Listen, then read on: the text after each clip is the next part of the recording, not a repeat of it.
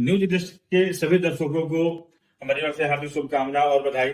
इसी तरह आप सब अपना न्यूज डेस्क के प्रति अपना प्यार और दुलार देते रहिए और न्यूज डेस्क के लगातार अपडेट पर बने रहिए। आज हम लोग महाकुंभ पर बात करने के लिए उपस्थित हुए हैं कि महाकुंभ 144 साल के बाद प्रयागराज में जो इस साल लगा है, उसी पर आज हम लोग विस्तृत चर्चा इस पर करेंगे। कुछ ऐसे अनसुलझे किस्से पर आपको बताएंगे जो शायद आपको नहीं पता होगा।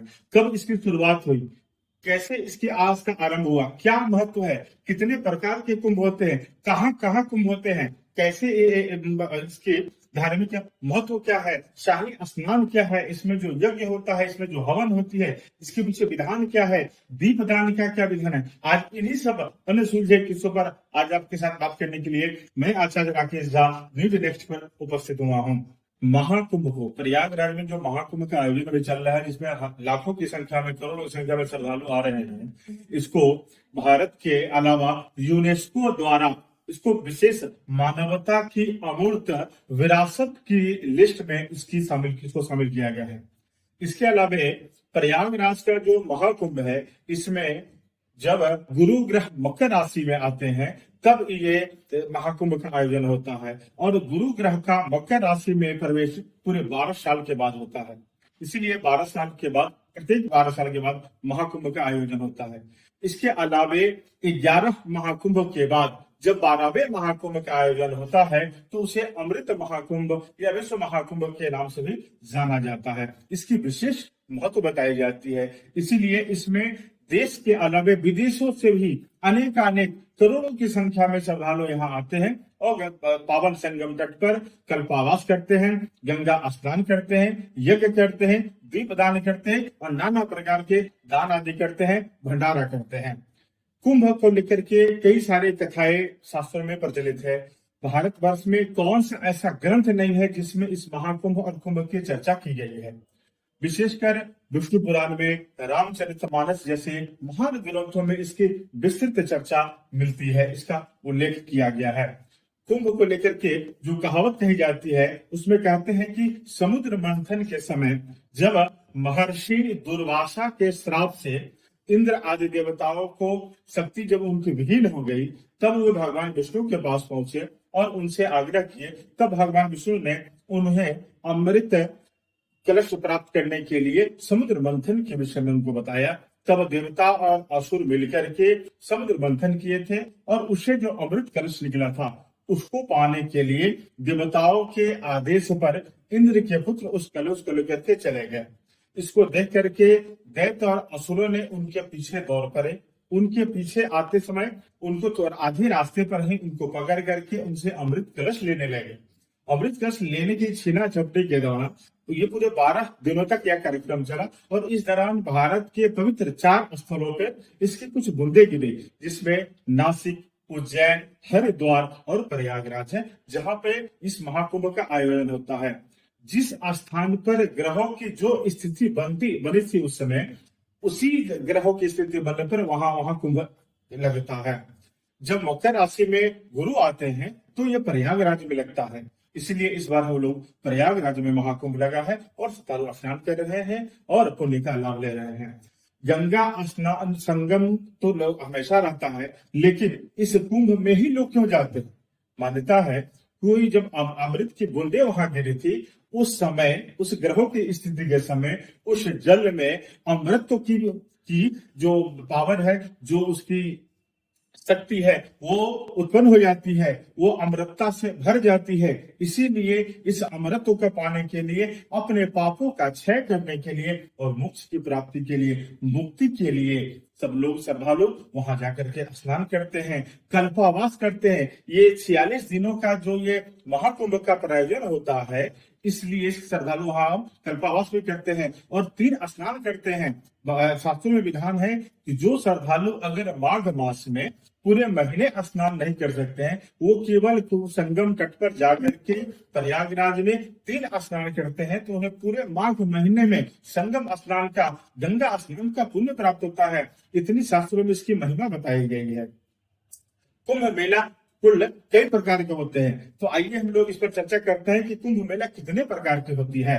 महाकुंभ का आरंभ हिंदू धर्म सनातन संस्कृति के अनुसार खरमास की समाप्ति यानी मकर संक्रांति से शुरू होती है और माघ महीने के बाद महाशिवरात्रि के शुभ अवसर पे इसका समापन किया जाता है।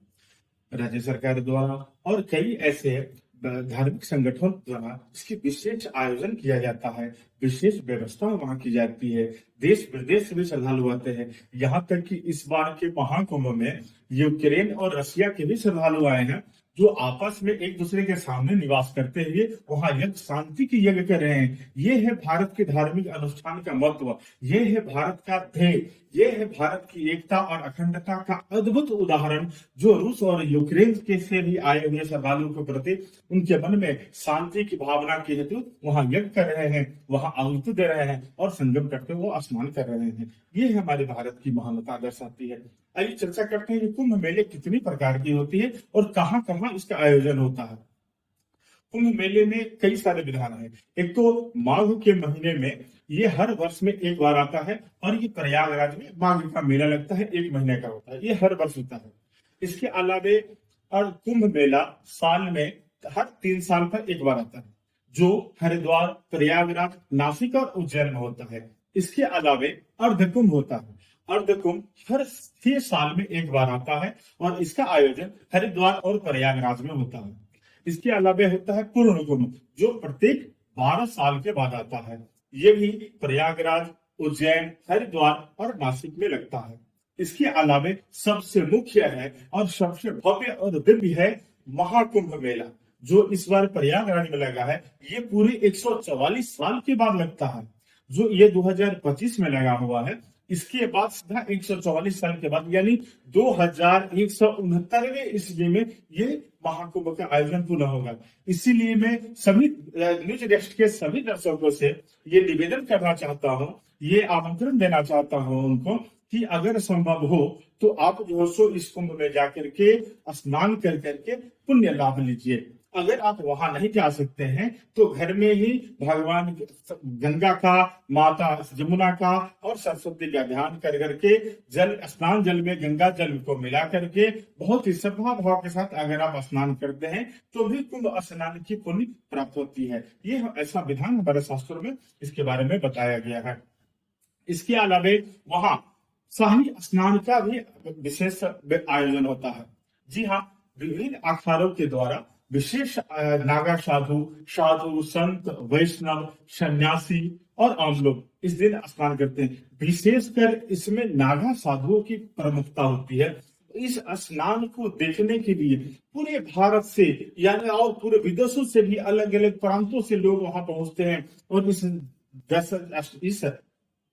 इस नागा साधु के स्नान का वो दर्शन करते हैं और वो दर्शन कर करके अपने आप को कृतार्थ करते हैं, अपने आप को धन्य से मानते हैं। ऐसी हमारे शास्त्रों में इसका विधान बताया गया है।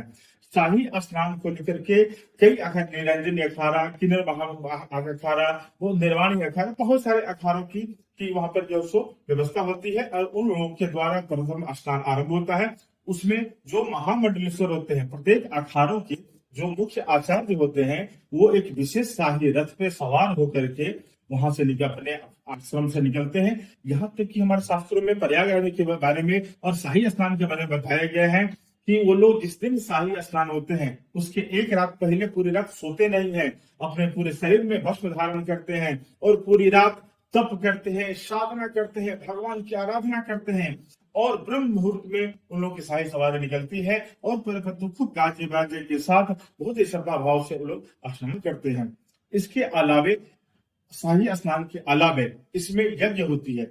यज्ञ का मुख्य रूप से ये विधान है, ये कहा जाता है कि कुंभ के दौरान विभिन्न अखाड़ों से और अन्य साधु संतों के कुटिया में यज्ञ होती है। यज्ञ के दौरान पवित्र अग्नि में आहुति दी जाती है और आहुति देते समय वेद मंत्रों का उच्चारण किया जाता है और ये आहुति निरंतर चलती रहती है। और इस आहुति के तो अपना धार्मिक महत्व तो है ही, इसके अलावा इसका मुख्य उद्देश्य यह भी है कि पर्यावरण हमारा शुद्ध हो, हमारी भारत की यह भूमि है वो शुद्ध हो, इसके वायुमंडल में वो सकारात्मकता का प्रवाह हो, वायुमंडल शुद्ध हो, ईश्वरीय कृपा की प्राप्ति हो। इसके अलावा सबसे इसका मुख्य कारण है कि प्रकृति के प्राकृतिक क्रम को बनाए रखना इसका सबसे मुख्य ध्येय है। इसलिए कुंभ के दौरान पूरे 46 दिन तक यज्ञ में आहुति चलती रहती है। महाकुंभ के दौरान कि जो लोग कल्पावास करते हैं या जो साधु संत वहां होते हैं, वो लोग प्रतिदिन दीपदान करते हैं। ये महाकुंभ के जो अंतराल में इस दीपदान का पीछे क्या महत्व है? दीपदान महाकुंभ के दौरान शाम के समय जब सूर्य ढलता है तो संगम के तट पर दीपदान किया जाता है। विशेषकर श्रद्धालु इसमें मिट्टी के दीपक जलाते हैं और उसको जल में प्रवाहित करते हैं। ये इस दीपदान करने का सबसे मुख्य जो उद्देश्य है, जो मुख्य ध्येय है, वो है अंधकार और अज्ञानता को दूर करके दैविक आशीर्वाद की प्राप्ति और आंतरिक ज्ञान की प्राप्ति हो। इसलिए इसमें दीपदान करने का विशेष विधान बताया गया है। कुंभ स्नान। कुंभ स्नान आत्मशुद्धि और आध्यात्मिक उत्थान का महापर्व है। जी हाँ, ये प्रयागराज में गंगा, जमुना और त्रिवेणी के संगम के तट पर सदियों से महापर्व का साक्षी रहा। यह केवल धार्मिक अनुष्ठान ही नहीं बल्कि भारतीय संस्कृति और आध्यात्म का एक अद्वितीय संगम भी है। इस पवित्र अवसर पर स्नान करना केवल शरीर को शुद्ध करना ही नहीं बल्कि आत्मा के शुद्धि और मन के मैल को दूर करने का भी एक सरल माध्यम है। कुंभ का स्नान भारतीय परंपरा को एक नई ऊर्जा, नई दृष्टि और नई सकारात्मक प्रवाह देने का भी महापर्व है। जब लाखों श्रद्धालु संगम में डुबकी लगाते हैं तो केवल जल में ही नहीं बल्कि अपनी आस्था और अपनी भक्ति की वो गहराई में भी उतरते हैं। यह स्नान आत्मा को मोह माया से मुक्त करके जीवन को सत्य से समझने का अवसर भी प्रदान करता है। महाकुंभ का यह महापर्व धार्मिक और सांस्कृतिक महत्व केवल भारत तक ही सीमित नहीं रहा है। यह पर्व पूरे विश्व भर में श्रद्धालुओं को आपस में एक दूसरे से जोड़ता है और सभी को एक साथ आस्था के डोर में भी बांधता है। कुंभ का स्नान अनुभव करना ये असीम शांति और आंतरिक संतोष को भी प्रदान करता है, जो न केवल व्यक्ति के मन को शुद्ध करता है बल्कि उनके जीवन में नई आशा और उल्लास को भी भरता है। यह पवित्र स्नान हमें यह भी सिखाता है कि हमारी बाहरी शुद्धता से अधिक महत्व हमारे आंतरिक शुद्धि का है। संगम की पवित्र धारा के साथ साथ हम अपने जीवन के अंधकार को दूर करें और उज्जवल भविष्य की ओर आगे बढ़े। तो महाकुंभ के यह महापर्व आप सभी के जीवन में उल्लास और सुख शांति से भर दे, ऐसी शुभकामना देते हैं। और आप सब इसी तरह निज देश के साथ बने रहिए और अपना प्यार देते रहिए। हर हर महादेव।